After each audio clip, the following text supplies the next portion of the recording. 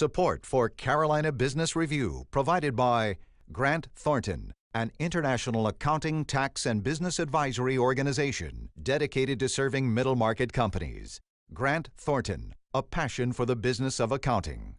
Novant Health is a not-for-profit group of hospitals and medical clinics caring for surrounding communities. Their nurses, physicians, and staff are nationally recognized for their remarkable devotion to patient care. And by Sonoco, a global manufacturer of consumer and industrial packaging products and provider of packaging services with more than 300 operations in 35 countries. Wow, the year that was in 2011. We saw the Arab Spring blossom. We witnessed another royal wedding, the end of bin Laden and Gaddafi, the end of the Iraq War. We observed the last space shuttle touching down, and through it all experienced deepening political partisanism. We watched the U.S. economy grow, but not without dramatic fits and starts. And speaking of drama, the European opera pitch increased as Greece and Italy's fiscal sins threatened to spread. Welcome once again, and thanks for supporting the most widely watched conversation on Carolina business and public policy, from healthcare, public policy, education, real estate, to economic development. I'm Chris William, and this time our annual look back and peek forward on the state of things in our region.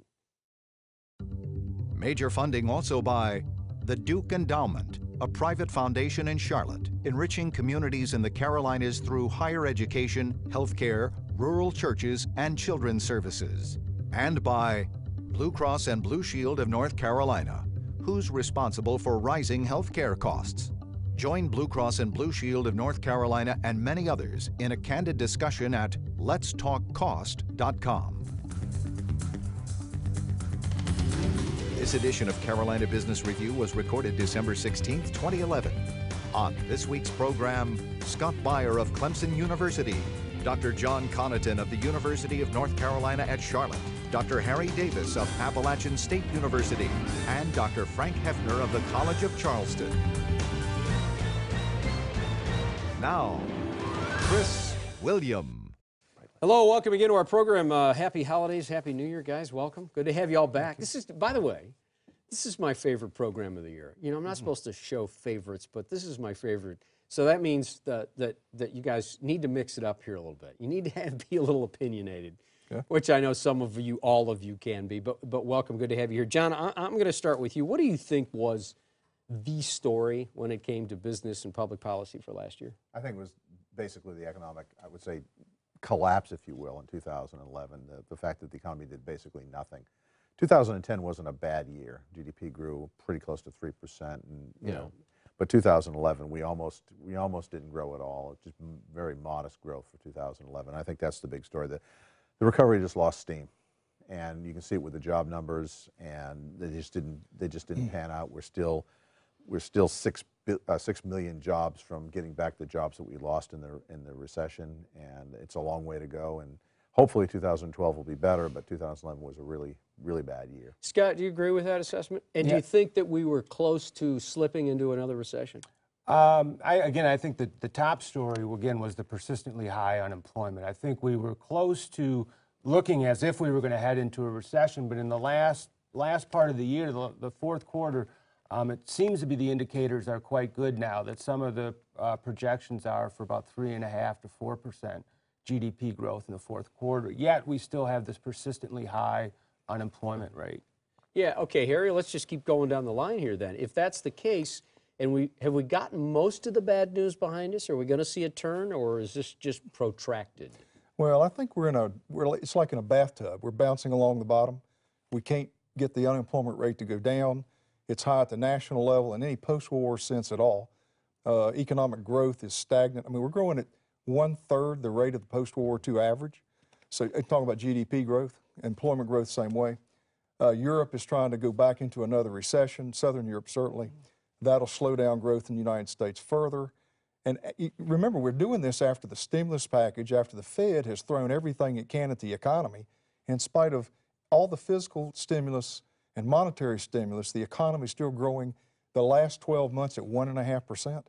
I mean, I think that the thing that America's got to deal with is the deficits that we are piling up. I think they create uncertainty in the business world, Businesses are sitting on the biggest cash in 50 years, $2 trillion. They will not invest it in plant and equipment and workers. We've got to get this uncertainty out of the way, and one way we're going to have to do that is to deal with the deficits we're piling up. You know, and I want to come back to that, how we get out of that. Before we do that, Frank, do you have a different point of view on this? Oh, just remember Osawatomie. And being a Kansas graduate, what does that mean? Well, I think what's happening is the biggest story, I think, this year is the political gridlock, the lack of consensus, and the major uncertainties, and everyone else has touched on that, what that has brought into the table for business and created policy uncertainty, and then regulatory uncertainty, and then added to it the costs of all of that. And I only bring up Osawatomie because that's where Teddy Roosevelt did his progressive speech, and Obama did a takeoff on that, which is fine. But he also kind of copied Franklin Roosevelt's massive attack on business in the 30s, which was so devastating that even Keynes from England told Roosevelt, you should stop doing this. Either quit attacking them or nationalize them. This just won't work. You know, would you bring up a good point? Do we even at this point, beginning of a new year, here we are, we've got an economy, John, to your point, that really has grown, but it's arguable which way. Have we underestimated what the lack of political leadership? Last summer, we ran up against a Congress that couldn't come to an agreement, and they went past the debt ceiling, and U.S. Treasury's downgraded. We have the super committee that failed. Have we underestimated, John, the impact on the cultural psyche of what that leadership in Washington means? Well, I think we should be clear. I don't think politics can lead us out of this, but I think they can slow us down and put an anchor around any kind of growth that we might have. And I think that's what they've been doing here. I mean, it goes to more than just the political discourse that's taking place and their inability to act on simple things like a debt ceiling and continuing the 2% Social Security tax rebate. It goes further than that. I mean, all the rules and regulations that we know are coming, but we haven't seen the final product yet, and we haven't seen them in action because they really don't take place until 2012, Dodd-Frank in particular.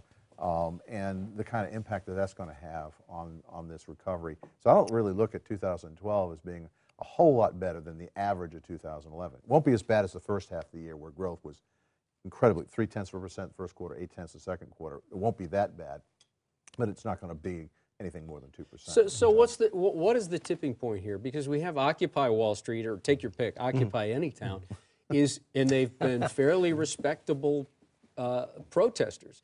Is it going to be blood in the streets? Will we get to that point? What's the tipping point? Anyway. Well, I don't think we'll get blood in the streets, but I'm not too sure about the respectable side that you mentioned. And part of it is when the Occupy Seattle, for example, I think what's happening is there's just, in general, a massive confusion about what's happened. The issues are so complex. The leadership is not there. And so as a result of that, people are grasping for straws. But Occupy Seattle, as part of their occupation strategy, wanted to shut down the port of Seattle. Now, how's that going to help the 99%? That's not the best strategy. And so they're getting their goals and objectives intertwined with some very, very bad ideas on top of it. And so I think that's a big problem for us that we have to deal with. I want to return to the policy uncertainty real quick. One of the things I think that often goes overlooked in these discussions is that this policy uncertainty is holding back, again, businesses hiring. And usually what happens when the economy takes off and booms, it usually occurs in 1 or 2, 3 sectors, and that bleeds over into the general economy. And I think this political uncertainty has stopped that hiring, stopped the investment, stopped the R&D, so these industries that may have taken off just aren't doing the investments that would have caused it to happen before. So we're going to get this very slow growth until this uncertainty is removed. And I think we're seeing something this year, right now and for the last couple of years, that we're going to look back on 10 years ago and say we were there when this occurred. And that is, unemployment rate in the United States is at a different plateau from now on. We're becoming more like Europe. Our economy used to add all kinds of jobs in an expansion. Our unemployment rate would go way down. Then in a recession, it would go way up. In Europe, their unemployment rate stays at 8, 9% all the time. It's much different. That's where I think we're moving to. That's interesting. So you think this is a new natural unemployment rate for the Yes, I do. US? I really do, Right. and I think that's a very sad thing. And I really wonder if Americans are going to be able to deal with that. and From live with that. from what standpoint? Well, I think 8 or 9% unemployment, and when you throw in underemployed and when you throw in people that have quit looking for a job, in this country right now, when you go into the mall, 1 in 5 people is one of those 3 things. 1 in 5. That's amazing. See, that refers to what we usually call structural unemployment. And Europe has embedded that structural unemployment. It's just an ongoing thing. Stimulus doesn't work in that situation. It's a bigger problem. But I think, I'm sorry, we've been there before. Right. You know, 3 of us here are old enough to remember the 70s when we had the same kind of situation and persistently high unemployment rates. He's giving you a compliment, because I know he's not talking about me. Or are you? But we had persistently high unemployment rates back in the 70s, Sure. resulting from different causes, but they were persistently high. And in that one, we also had high inflation, and we don't have that now. But I think Harry's right. I think that, you know, this is not going to go away anytime soon. And anybody who thinks that, you know, the silver lining is right around the corner is missing the point. We lost 8.7 million jobs. Half of those were in manufacturing and construction. Those jobs are not coming back. They are permanently, for the most part, not employed. And where we're adding jobs, there's a mismatch in the job set skills. And so that 4 million people who lost their jobs in blue-collar jobs, jobs that led to a middle-class income, those are gone. I'm going to slightly disagree. Most of those manufacturing jobs are not coming back, and the construction jobs aren't coming back until the housing market regains its legs, which isn't going to happen to 2016 or 2017. But I think part of the reason why we have this persistently high unemployment now is some of it is, again, policy-induced. We've extended unemployment benefits much longer than what we've had in any reasonable past time period. We've hiked up the minimum wage at the onset of the recession. Also, I think the housing market, the depressed housing market, has contributed to the elevated unemployment level because people can't afford to have nationwide job searches. It has to be localized because they can't afford to sell their house and move. So I think some of it is structural, but some of it I think will go away once the housing market comes back. Okay, so Scott, since you talk about the unemployment benefits, can we sustain a 99-week unemployment benefit, and does that send the right message to those who are looking for a job? Keeping in mind, as full disclosure, I have a job, so that's easy for me to say. I have tenure. So, but the biggest issue is this. The biggest issue is this, though. We know that the longer someone is unemployed, the harder it is to get a job. So something has to happen here. Extending benefits is probably, you know, it's a mixed blessing. Of course, they need the help, but on the other hand, it sends a signal that you're going to get the benefits for a long period of time. Europe has done that forever. But the problem you have with that is the longer a person's unemployed, the harder it is for them to find a job.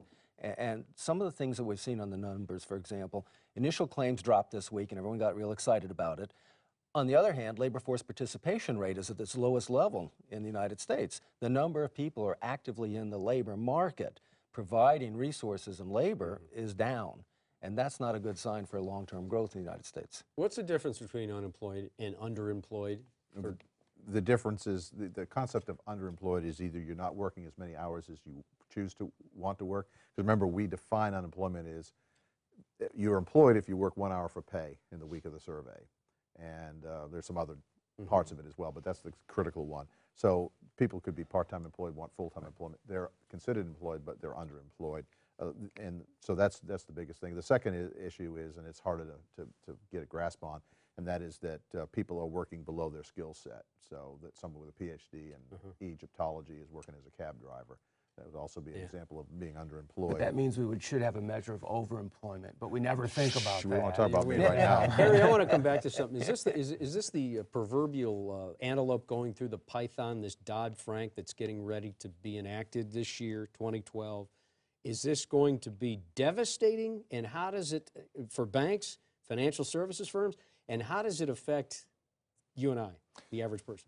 Well, the centerpiece of it, one of the centerpieces is the Bureau to Protect Consumers, Financial Consumer Protection Bureau. Well, the Fed has a Financial Protection Bureau within it and always has, and could have protected and stopped teaser rates and negative amortization loans and all that stuff and failed to do so. So now we get Dodd-Frank, which is another layer of regulation. I think they've hired at least 550 people through August. They had hired that many people. These people, it will be their job to sit in a cubicle and come up with regulations for banks. The larger banks will be able to pass that cost on, and they can absorb it and spread it across a big asset base. But for community banks, the bankers that work in the communities across this state and across this country, they cannot pass that cost on. And so it lowers their rate of profitability, lowers their ability to hire new people and to make loans. This will definitely restrict banks' ability to make loans just to cover the cost of the regulations. So let's just say community banks take the brunt of that, at least feel like they're taking the brunt of it. What happens to those lenders in the communities where they got community banks and you have large banks? What happens to the lending process? Well, the lending process is going to tend to move toward the larger banks. The smaller banks are going to be at a disadvantage because they can't price the loan right to make a profit, whereas the larger banks will have somewhat of an advantage there. That's going to be the problem. Anyone have another take on this? No, Dodd-Frank is a scary, scary piece of legislation. Any chance it can be repealed or revised or reformed? It probably will be, but will it be? Remember, 2012 is a critical year in terms of the economy, and this is going to come online in 2012. We already are arguing that banks probably aren't lending enough as it is, and maybe they're justified, maybe they're not justified, but suffice it to say, the banking sector is still crippled from what happened in 2008. And this is just one more kind of punch, one more piling on, if you will. And even if it is reduced a little bit in terms of its impact after the election cycle in November of 2012, it's still going to affect 2012, and that'll be a second year of really modest growth when we could really use a nice 4% growth year. Really be what nice. everyone forgets is regulations, it's been pointed out before, are not costless. Yeah. This costs the economy. And I think one of the bad messages that got sent out was that the financial collapse wasn't caused by a lack of regulation as much as it was caused by incorrect and improper regulation. So instead of addressing that issue, we piled on more regulation and made it more complex and more difficult. Well, think about Sarbanes-Oxley. Sarbanes-Oxley is about full disclosure and transparency. So how did MF Global go bankrupt a few weeks ago? Right. How did Wall Street implode in 2007? Sarbanes-Oxley was passed in 2002. The regulations themselves are poorly written. They're not. The administration of them is terrible. I mean, most of the problems I think around those regulations emanate in Washington. They're not helping the business community. They create uncertainty, and that's one of the reasons that hiring is so poor and is going to continue to be poor. Do you think Occupy Wall Street has it wrong? You think I got your geography wrong? Let me say this about Occupy Wall Street. I've told numerous groups this. Banks are making very little money now relative to what they made in the 80s and the 90s. Those were great years for them, and up through about 2006. They're not making that kind of money now. Goldman Sachs is losing money. The Occupy Wall Street people are wrong in this sense. They're in the wrong decade. They should have been doing this 20 years ago or 10 years ago. I mean, these people aren't even smart enough to know which decade in which to have the protest. That's pitiful. We'll make sure you have security when you leave. Right. and I'm probably going to need it. I understand their complaint about bonuses and things like that, and I'm opposed to those too, and most Americans are opposed to those. But the banking sector of our economy is the poorest performing sector right now. That's not the sector to go after. And we can't have a strong, vibrant economy if we don't have a strong, vibrant financial sector. You know, well put. I wish we had more time to drill down on that. You talk about bad performing foreclosures. Certainly in North Carolina, but South Carolina, the foreclosure rate was abysmal. Right. Well, it actually was pretty good in that it kept going up. Yeah. The problems with, once again, these are going to be very interesting times to forecast, so good luck to all of us, because the signals are so mixed. At the same time the foreclosure rate is going up in South Carolina, the Federal Reserve Bank of Philadelphia, which has a leading index of state behavior, puts South Carolina as one of the next 6 months fastest growing states in the nation. Also Michigan, so I'm not too sure how that fits. But I think it's a low base. It's a low base. That's exactly what it is. Michigan's a much lower base. That's right. But there's some positive numbers there that say things are going to grow for us. At the same time, we're getting these other negative signs.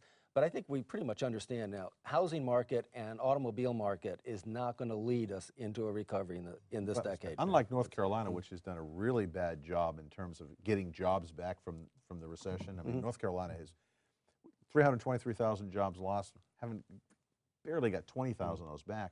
In South Carolina, you lost about half that many jobs, about 150,000. Right. Smaller state, obviously, but you've already got back about 20,000 of them. Right. So you're not doing as well as, say, the nation is in terms of job creation. You're doing a lot better than North Carolina is in terms of job creation during the last 2 years. Right. And our prospects are good. Yeah. Yeah. Scott, were you going to say something? No, I said last year we had about 12,000 jobs, which is good, but it's about half of what we're adding in normal time. So we're off the pace of rapid growth, but we're adding jobs, not subtracting. You know, guys, we talked a little bit about the European contagion and the opera in Greek and Italy and the dramatic issues going on over there. How much of a problem could this become in 2012? Beware of Greeks receiving gifts. That's the problem, because it could be a big problem. And the problem, once big again, enough to derail the domestic economy. Yes, I think the problem is it's so complex. The complexity of the financial structure has made it impossible to figure out where this is going to go. Okay, well, and let me hold on just a second, John. Let me say it this way. We all expected in 2009, 2010 that following the 2008 evisceration of the financial services, that those loans in commercial real estate were going to come to roost, and those banks, lo and behold, they're going to all crash. We didn't see that. They're still carrying. They're figuring out how to carry that. So what happens here? We're looking so closely that it's not going to happen. Here's the problem in Greece and Italy. It's very easy to see, not so much in Greece, but with Italy, it's very easy to see how they could get out of the problem if their economy could grow. But they're still not growing. Greece is declining, and it's declining successively every year. So, I mean, that's a lost case. I mean, they're going to default. It's just a question of how big how much hair is taken off. It's the size of the haircut. That's not critical. It's Italy that's critical. And the problem with Italy is it just doesn't seem to be able to get its economy growing. That's the only way it's going to get out of this mess. And right now, it looks like they grew about 1% in 2011. Maybe 2012, the forecast is it'll actually decline, because the general forecast for Europe is for a recession in 2012, and as a result of that, they're not going to be able to grow their way out of this mess. It's the same thing in this country. We talk about the deficit here. The easiest way to grow out of this, to fix this deficit, is to get the economy growing. We can't seem to figure out how to do it. Instead of doing positive things, we're putting anchors around it, trying to slow it down. For some reason, I can't quite figure out, but in Italy, it's worse. Kind of the best case scenario for the U.S. is that Europe only goes into a recession, and that cuts into our exports. Worst case scenario, I mean, next best case scenario is you see large defaults or write-downs on Italian debt, because there's a lot of Italian debt out there. And then you worry about the capital holes created in the banks across Europe and what the U.S. exposure is to those. And then you worry about the financial contagion happening after that, which would be more than just exports. Again, it would tighten up financial markets. And then there's the doomsday case, in which countries have to leave the euro or the euro falls apart. And I haven't read any good analysis or been able to pen it down myself of the economic impact that doomsday scenario would have. Don't you expect, and we got about 2 minutes left, don't you expect, Harry, that the EU and all of those countries that have a vested interest will come together at some point and come up with a solution? Well, only if the French and the Germans can shove it down everybody else's throat. What they've done is they've worked out an agreement to, in broad general brushstrokes, that what they can't do is deal with the specifics of the problem. They can't deal with large deficits being piled up in each of the countries. Because of the sovereign nation? Exactly. Yeah, so broad general agreements don't have any, that's a Band-Aid. It's not doing any good. They're still going to go through defaults. Italy's a huge economy. I think it's 8th largest in the world. I believe that's right. It'll impact North Carolina negatively. We're a large manufacturing state. So our manufactured products that go to Europe, that's going to go down as they have a recession or slip into recession this year, or in 2012. So it will impact us negatively for sure, what's going on. We got about 30 seconds left. Frank, give us some good news out of this. PGA, Charleston, 2012. So I mean, the good news is we're going to have, the Boeing effect has actually come to fruition. We've got jobs online. Not as great as everyone had hoped, but we forgot BMW took a long time. But we have sectors in South Carolina, notwithstanding what's happening in Europe, because we're a heavy manufacturing state also. Manufacturing is picking up. Hospitality and tourism is clearly picking up. And so those are the bright sectors, and I think those will look pretty good for the next year also. Okay. Thank you for, thanks guys for being here again. Always good to have you. Frank, welcome from Charleston. And I just got to say something special about Harry, because we've been trying to convince him to come back for at least 2 or 3 years. It's been a while. Thanks for coming down from the mountain at App State. No, thank you for having me. It's always good to have you. Good to see you, Chris. And Scott, good to have you back. you. John, What can I say? What can you say? Thank you for being here. Merry Christmas, happy holidays, gentlemen. Merry Until Christmas. next week, good night. Major funding for Carolina Business Review was provided by the Duke Endowment, a private foundation in Charlotte, enriching communities in the Carolinas through higher education, healthcare, rural churches, and children's services. And by Blue Cross and Blue Shield of North Carolina, who's responsible for rising healthcare costs. Join Blue Cross and Blue Shield of North Carolina and many others in a candid discussion at letstalkcost.com. Grant Thornton, an international accounting, tax, and business advisory organization dedicated to serving middle-market companies. Grant Thornton, a passion for the business of accounting. Novant Health is a not-for-profit group of hospitals and medical clinics caring for surrounding communities. Their nurses, physicians, and staff are nationally recognized for their remarkable devotion to patient care. And by Sunoco, a global manufacturer of consumer and industrial packaging products and provider of packaging services with more than 300 operations in 35 countries. And by viewers like you. Thank you. Promotional consideration provided by Business North Carolina Magazine. For more information, visit carolinabusinessreview.com.